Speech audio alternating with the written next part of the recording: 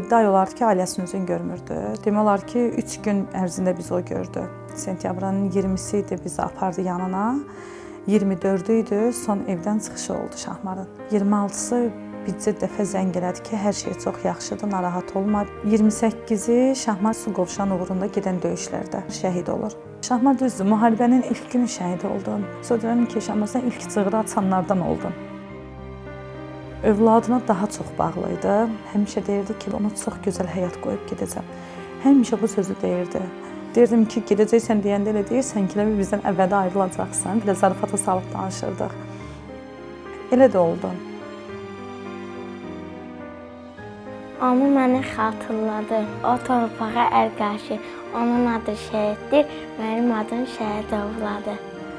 Şahmarın sağlığında da medalları var.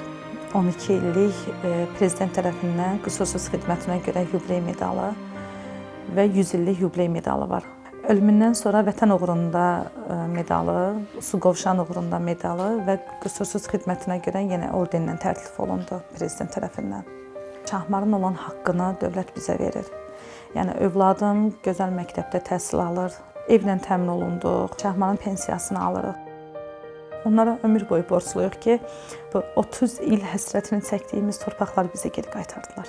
Bütün şəhidlər qəhrəmanlarımızdır.